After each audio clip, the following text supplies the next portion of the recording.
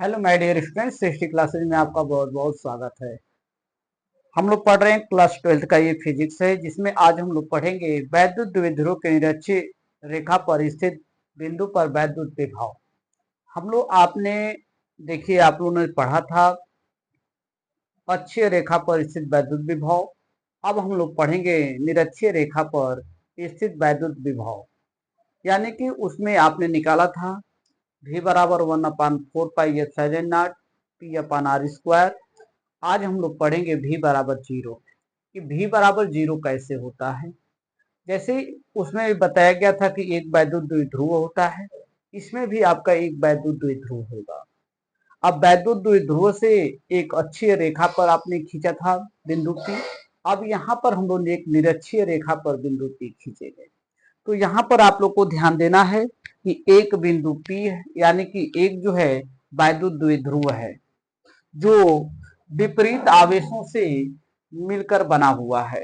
तो यहाँ पर ध्यान दीजिएगा कि एक हमारे पास वैद्युत द्विध्रुव है, यहाँ पर एक हम वैद्युत द्विध्रुव बना रहे हैं और ये वैद्युत द्विध्रुव ए और बी है, यानी कि यह सिरा ए है तो यह सिरा आपका बी है।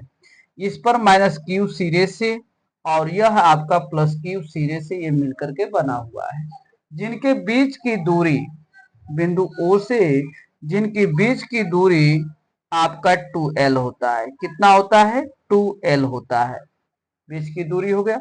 अब यहीं से बिंदु P से एक जो है आपका ऊर्ध्वाधर स्थिति में बिंदु P है, जिस पर हमें वैद्युत विभव की गणना करनी है। इसी पर क्या ज्ञात करनी है? वैद्युत विभव की गणना करनी है। अब बिंदु P से बिंदु A सिरे को मिलाएंगे तो आपका ये बिंदु A सिरा से मिल गया। फिर यह बिंदु P जो है आपके B सिरे से मिलाएंगे। ठीक है, अब ध्यान दें, यह जो बिंदु ओ से स्मॉल आर दूरी पर बिंदु P है, तो यह क्या है? स्मॉल आर दूरी पर आपका बिंदु P हो गया। और यह जो दूरी दिया गया है यह 2l से मिलकर के एक वैद्युत द्विध्रुव का निर्माण होता है और उसमें माइनस क्यू और प्लस क्यू आवेश मिलकर के ये बने होते हैं। अब यहां से यहां तक के ये मिलकर ये यहां से यहां तक की ये दूरी आपका यल हो जाएगा। यहां से यहां तक की दूरी क्या हो गई? एल हो गई। और यहां से यहां तक की दूरी आपकी एल हो जाएगी। हो गई? समझ में आ गया? यह 2l दूरी दिया गया है जो वैद्युत द्विध्रुव यानी कि दोनों आवेशों के दोनों बिंदुओं के बीच की दूरी आपका 2l होता है। एक आपका माइनस क्यू आवेश और एक प्लस क्यू आवेशों से मिलकर के एक वैद्युत द्विध्रुव का निर्माण होता है। अब इसमें हम लगाएंगे पाइथागोरस प्रमेय लगेगा। इसमें पाइथागोरस प्रमेय यह लंब के रूप में है जो आर है और आधार के रूप में आपको यल दिया गया है।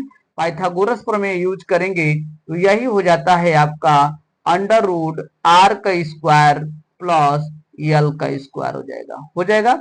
अब यहां से आप लोग सब लोग जानते हैं कि पाइथागोरस प्रमेय क्या होता है।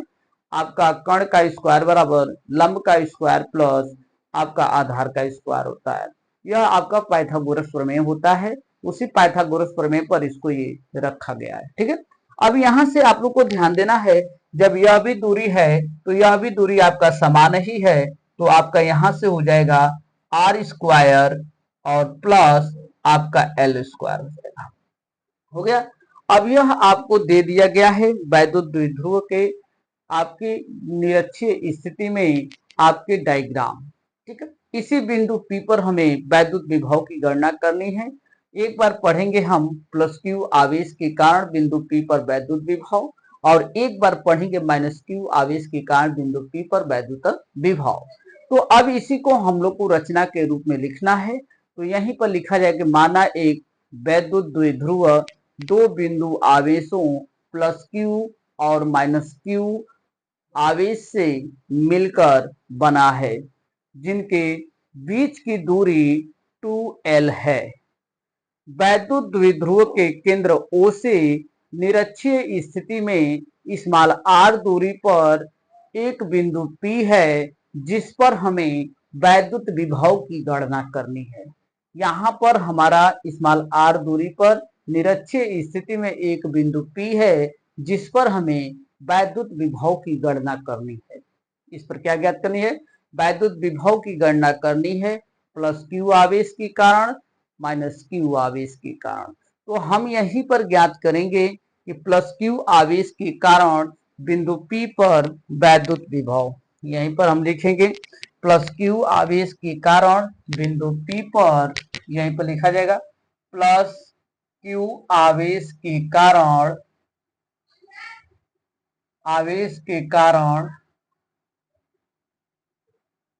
बिंदु P पर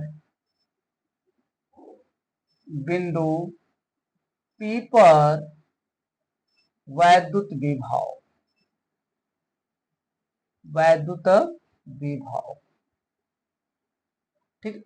बिंदु P पर वैद्युत विभव की गणना करनी है। तो अब यहीं से लिखा जाएगा कि V बराबर 1/4πε0 इंटू Q अपान, अब यहां से प्लस Q है तो यह दूरी आपको दे दिया गया, तो आपका हो जाएगा PB दूरी, हो गया। अब यहां से ये PB दूरी हो गया।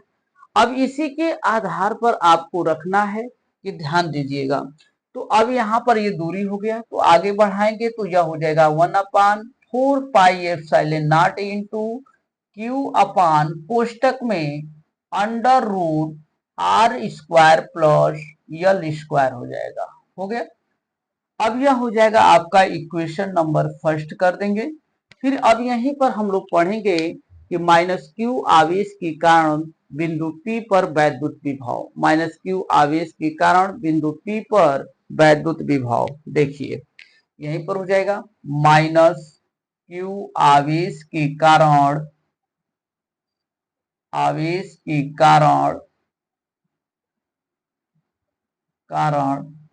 बिंदु P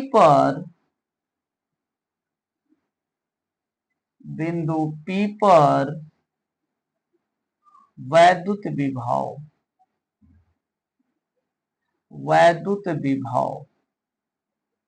हो जाएगा।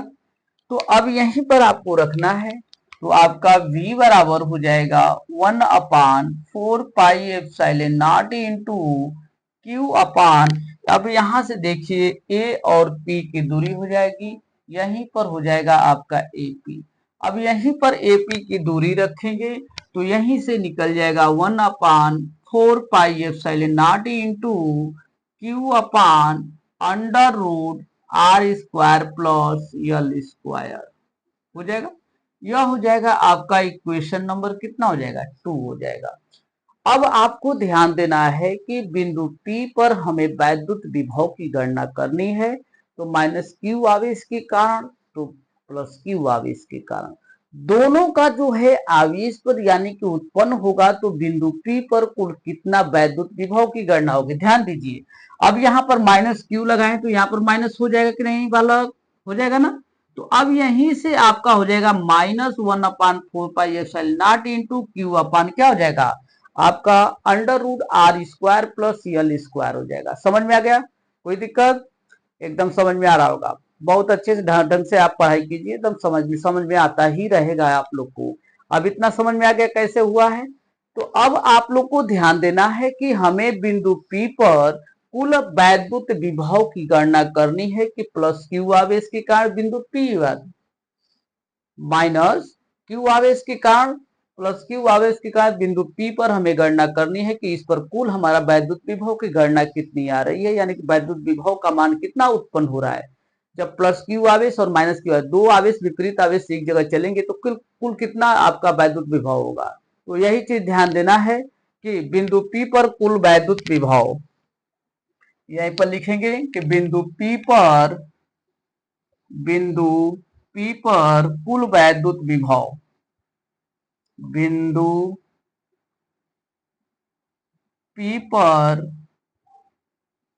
कुल वैद्युत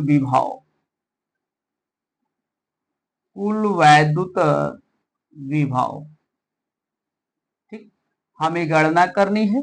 तो आप ध्यान दीजिएगा थोड़ा सा कि एक बिंदु विभव यह V1 हो जाएगा और यह क्या हो जाएगा आपका V2 हो जाएगा।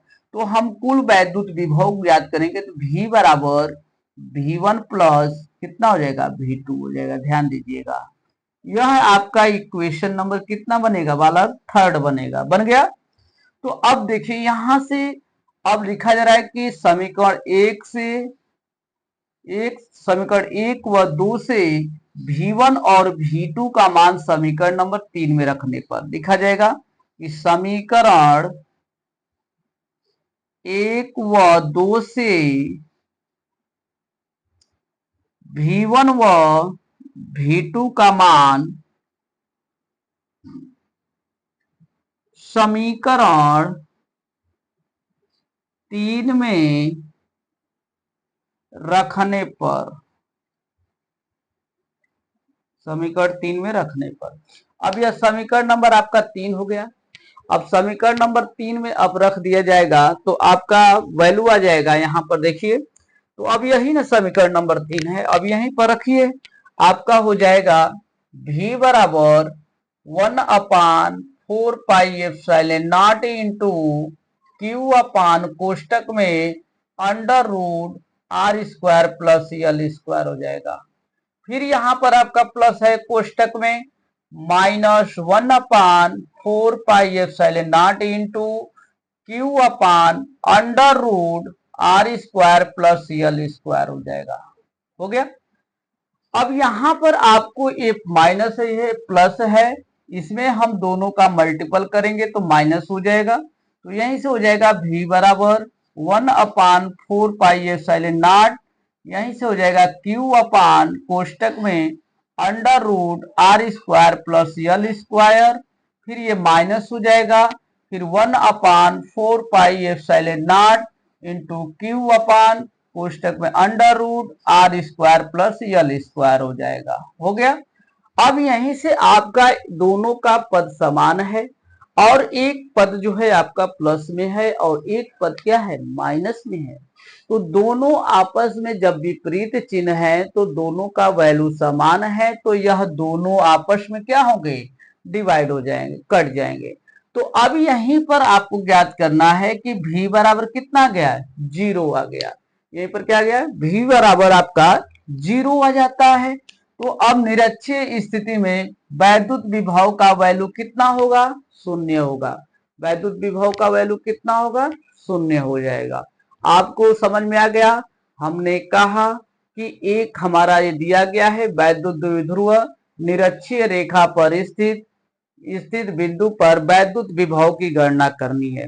मैंने आपसे सीधे कहा कि जो है एक द्विध्रुव है, दो बिंदु आवेशों -q तथा +q से मिलकर बना है, जिनके बीच की दूरी 2l है। वैद्युत द्विध्रुव के मध्य बिंदु से निरक्षीय रेखा पर r दूरी पर एक बिंदु P है, जिस पर हमें वैद्युत विभव की गणना करनी है। जिस पर क्या ज्ञात करनी है, वैद्युत विभव की गणना करनी है। तो आप यहां से वैद्युत विभव की गणना कर लेंगे तो आपको इस वैद्युत विभव का निरक्षीय स्थिति में वैद्युत विभव का वैल्यू हमेशा क्या आता है, 0 आता है। क्या आता है, हमेशा 0 आता है। निरक्षीय स्थिति में वैद्युत विभव 0 होता है, परंतु वैद्युत क्षेत्र की तीव्रता 0 होती है। परंतु वैद्युत क्षेत्र की तीव्रता भी क्या होती है, 0 होती है। एकदम ध्यान रखिएगा, 0 नहीं होती है, यहाँ पर होता है। ठीक है, एकदम ध्यान रखिएगा। और ये परीक्षा में आपको जितने पढ़ाए जाते हैं ये परीक्षा में एकदम 100% है कि आपको आता ही आता है, और आप लोग को एकदम ध्यान से देखना है इसको। ठीक है, और यह बोर्ड परीक्षा की दृष्टि से पढ़ाए जा रहे हैं। ठीक है, तो हमारे चैनल को लाइक शेयर सब्सक्राइब करते रहिए। आपको समझ में आ रहा है तो एकदम लाइक शेयर सब्सक्राइब, एकदम पूरे का पूरी जो है आपके टॉपिक आपको समझा देंगे। ठीक है, बहुत बहुत धन्यवाद, थैंक यू।